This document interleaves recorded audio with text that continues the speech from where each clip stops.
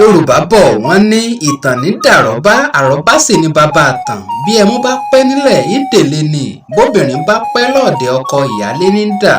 Kò sí ẹni tí ò ní tàn tiẹ̀, èèyàn kì í wáyé kó má ní tàn. Gbogbo ohun tá à ń ṣe lónìí á padà wá dìtàn dandan ni. Ẹni tí ò bá ní tàn kì í tàn. Adíá fún ewúrẹ́ ìyá mi, abò fún bó ṣe eré ó bá dandan ni, bó sì ṣe eré ó bá.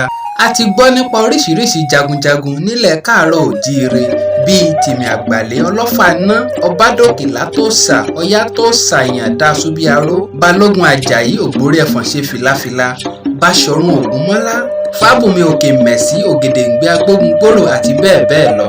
Ṣèbí ìtàn ló sọnù lọmọ fi ń múná lójú ìyá rẹ̀, ìtàn ló sọnù làwọn ọ̀dọ́ ìwòyí fi ń wo àgbà bí ẹgbẹ́ wọn. Wọ́n sì mọ̀ wípé nǹkan tágbà fi ju ọmọdé lọ kò ní fi hàn, bó bá fi hàn kò ní fi lé lọ́wọ́, bó bá wá fi lé lọ́wọ́ kò ní kọ bí ó ṣe lò ó. Jagunjagun kan ń bẹ nígbà ìwáṣẹ̀ nílẹ̀ Yorùbá tí orúkọ àbísọ rẹ̀ ń jẹ́ Òrìṣàràyìbí Ògúndàmọ́lá, tí ìnagijẹ rẹ̀ ń jẹ́ Ògèdèngbé Agbógungbórò ti ilẹ̀ Ìjèsà ní ìpínlẹ̀ Ọ̀ṣun.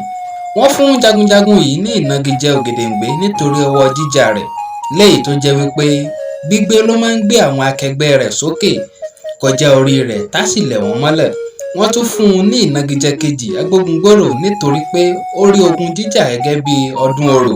Kò kí ń wo Òrìṣàràyìbí Ògúndàmọ́lá Ògèdèngbé Agbógungbórò kí ogun tán nítorí ó fẹ́ràn ogun jíjà bí ìmúmu.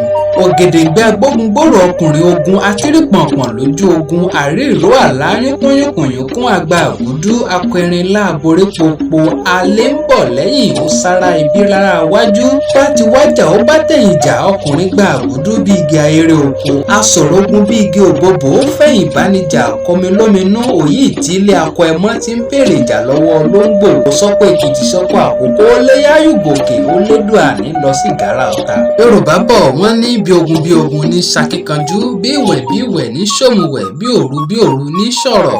Orúkọ ìyá Ògèdèngbé a máa jẹ́ Jùọ́lá Òrìṣàtómi, táwọn mìíràn sì mọ̀ sí Fálópó. Orúkọ bàbá rẹ̀ a máa jẹ́ Apàsánforíjìwá. Babaláwo kan ló dífá lọ́dún náà lọ́hùn-ún kí wọ́n tó bí Ògèdèngbé pé ọmọ kan ń bọ̀ tí yóò gba àwọn èèyàn rẹ̀ sílẹ̀ lọ́wọ́ ogun Ìbàdàn àti àwọn ìlú tó yí Ìjẹ̀ṣà ká. Ọ̀rọ̀ àwo ṣẹ lóṣù keje ọjọ́ 29 ọdún 1822 on the 29th of July 1822. Ọjọ́ yìí ni wọ́n bí Ògèdèngbé Agbógungbórò. Oríṣiríṣi ìṣẹ̀lẹ̀ mérìírí tí fásọ ló ṣẹlẹ̀ lọ́jọ́ yìí. Àkọ́kọ́ ni pé ìyá Ògèdèngbé Jùọ́lá nìkan ló fi oyún inú rẹ̀ bí ọkùnrin lọ́jọ́ ìṣẹ́gun káàkiri ìlú Atọ́rìn tí gbogbo àwọn aboyún ẹgbẹ́ rẹ̀ sì fi tiwọn bí obìnrin. Ṣùgbọ́n ìṣẹ̀lẹ̀ tó bu omi tútù sí ni lọ́kàn ni pé ọjọ́ ìṣẹ́gun yìí ni ìyá Ògèdèngbé sílẹ̀ wọ̀ tó sì kí ayédìgbò ṣe àti àwọn ìṣẹ̀lẹ̀ míì tó kà sí àrà. Ògèdèngbé dàgbà bí gbogbo ọmọ ṣe ń dàgbà. Ó jẹ́ alákíkanjú ọmọ, ó jẹ́ ọlọ́gbọ́n tó sì ní òye, ó sì tún sán ogun ju gbogbo àwọn akẹgbẹ́ rẹ̀. Gbogbo ọmọge ìgbà náà ló wù kí wọ́n fi ṣọkọ. Ọ̀sán ọjọ́ kan ni Ògèdèngbé tẹ̀lé àwọn akẹgbẹ́ rẹ̀ lọ sóde ìpolongo. Níbi ìpolongo yìí lọ́wọ́ ti tẹ Ògèdèngbé táwọn ará Ìbàdàn sì gbé lọ sí Ìbàdàn. Bí wọ́n ṣe kọlà fún Ògèdèngbé rèé, ìdí nìyí tí Ògèdèngbé fi kọlà. Ògèdèngbé délùú Ìbàdàn, ó darapọ̀ mọ́ àwọn jagunjagun Ìbàdàn. Ìlú Ìbàdàn yìí l'Ògèdèngbé ti kọ́ṣẹ́ jagunjagun. Ògèdèngbé lò ọ̀pọ̀lọpọ̀ ọdún gẹ́gẹ́ bí jagunjagun Ìbàdàn títí tó fi di ọ̀gá ológun tí ń ṣe balógun, ìyẹn senior military commander. Ògèdèngbé di ọ̀gá ológun tó dáńtọ́ ló bá padà sílùú Iléṣà. Ó kó àwọn ọ̀dọ́ tó sán ogun jọ, ó kọ́ wọn bí wọ́n ṣe ń jagun. Jagunjagun Ògèdèngbé múrìn àjò rẹ̀ pọ̀n káàkiri ilẹ̀ Yorùbá. Ó ta ọ̀pọ̀lọpọ̀ wọn lẹ́kìtì àti Àkókó sóko ẹrú. Ó fẹ́ wọn lẹ́kìtì, ó fẹ́ wọn lákòókó ni wọ́n fi ń pè ní ọ̀sọ́kọ̀ èkìtì sọ́kọ̀ Àkókó. Ògèdèngbé Agbógungbórò dé Ẹdó láti kó wọn lẹ́rú jà wọ́n lógun, ṣùgbọ́n ọba Ẹdó ìgbà náà bẹ̀rẹ̀ sí ń rawọ́ ẹ̀bẹ̀ láti má kógun ja ìlú òun. Ló bá fún Ògèdèngbé ní ọ̀pọ̀lọpọ̀ àkún, ẹrù àti ẹrú. Ògèdèngbé wá rò pé kóun lọ sinmi ogun sí Ìgbàrà Òkè. Ìgbà tó di July 30 ọdún 1877, ogun ńlá kan bẹ̀rẹ̀ tí wọ́n pè ní ogun Kírìjí. Wọ́n ja ogun yìí fún ọdún 15 àti okòólérúgba-ó-lé-méje, ìyẹn jẹ́ 15 years and 227 days táwọn mìíràn sì ń pè ní approximately 16 years. Ọdún mẹ́sàn-án àkọ́kọ́ ni Ìbàdàn fi kọjú ogun sí Èkìtì parapọ̀. Fábùnmi Òkèmẹ̀sì ránṣẹ́ sí Ògèdèngbé Agbógungbórò pé kó máa bọ̀ nílé kó wá ṣáájú àwọn lọ sógun nítorí ó jẹ́ alágbára àti alákíkanjú ènìyàn. Òkìkí ti kàn káàkiri bí Ògèdèngbé ṣe jà káàkiri lẹ́kìtì, Àkókó, Ẹdó àti àwọn ìlú tó yí káàkiri. Wọ́n gbọ́ bí ó ṣe lé Yáyù gòkè, bó ṣe lé Dóàní lọ sí Ìgárá Ọ̀tà àti bẹ́ẹ̀ bẹ́ẹ̀ lọ. Ògèdèngbé gbà láti ṣáájú àwọn Èkìtì parapọ̀ lọ sógun láti kojú ogun Ìbàdàn.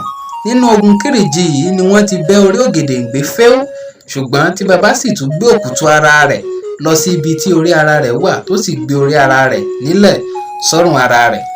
Ìfẹ́ à ń fẹ́wẹ́, eré tètè lẹ́sẹ̀ wèrè, ẹbọra lèyí àbẹ́yàn. Ògèdèngbé jà fitafita tó sì borí ogun Ìbàdàn lọ́dún náà lọ́hùn-ún kí Captain Bowell, Resident Commissioner Ìbàdàn, tó bá wọn pẹ̀tù sí. Nínú ogun Kírìjí yìí ní Èkìtì parapọ̀ ti gba òmìnira. Wọ́n gba òmìnira ní September 23 ọdún 1886. Ọ̀rọ̀ Ifá padà wá ṣẹ lọ́dún 1886 láti ọdún 1822 wípé Ògèdèngbé Agbógungbórò ni yóò gba àwọn èèyàn rẹ̀ lóko amúnisìn. Lẹ́yìn ogun Kírìjí, Ògèdèngbé padà sí Iléṣà láti lọ rèé sinmi. Àwọn àgbà ilẹ̀ Ìjẹ̀ṣà ìgbà náà fi ọba lo Ògèdèngbé ṣùgbọ́n ó fà á kíkọrí, ó lóun ò jọba.